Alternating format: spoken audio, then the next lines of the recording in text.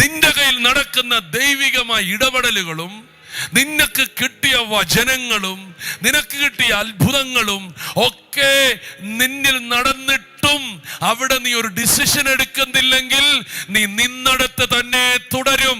എന്നാൽ next level ചൂട് വെച്ചാൽ പിന്നെ നീ മാളിയ മുറിയിലായിരിക്കും. യേശു പറഞ്ഞോ തിരിച്ചു പോകണമെന്ന്. 500-ലധികം പേർക്ക് പ്രത്യക്ഷമായെന്ന് പറഞ്ഞില്ലേ? അതിൽ 2 പേരായി വ്യക്തികൾ. അവരോട് പറഞ്ഞോ എല്ലാവരും ഓടി വന്ന് ആമേൻ മാളിക മുറിയിൽ കയറിയിരിക്കണം കേട്ടോ. മാളിക മുറിയിൽ ചെന്നിരിക്കണമെന്ന് പറഞ്ഞത് ആരോടാന്നറിയാമോ?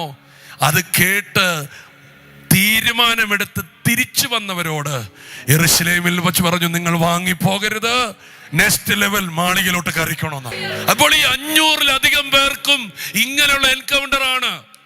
അതിൽ 380 പേർ മിസ്സായത് എവിടെ? അതിൽ 380 പേർ എവിടെ? അവരുടെയും കണ്ണു തുറന്നതല്ലേ? അവരുടെയും ഭാരങ്ങൾ കേട്ടതല്ലേ? അവർക്കും എൻകൗണ്ടർ കിട്ടിയതല്ലേ? അവരുടെ ഹൃദയം കത്തിച്ചതല്ലേ? അവരെന്തിയേ? അവരിതെല്ലാം കേട്ട് നല്ലൊരു അനുഭവം, സ്തോത്രം, ആമേൻ, ഒരു പ്രസംഗം കേട്ടുപോയി, ഒരു അനുഭവം കേട്ടുപോയി. അവരെ അതൊരു തീരുമാനത്തിലേക്ക് നയിച്ചില്ല. ഞാൻ നിങ്ങളോട് പറയാം, എത്ര എൻകൗണ്ടറുകൾ കിട്ടിയാലും, എത്ര പ്രോഫസികൾ കിട്ടിയാലും, എത്ര ദൈവശബ്ദങ്ങൾ കിട്ടിയാലും, നിങ്ങളുടെ ഉള്ളിൽ നിന്നൊരു ഡിസിഷൻ ഉയരുന്നില്ലെങ്കിൽ നിങ്ങൾക്ക് നെക്സ്റ്റ്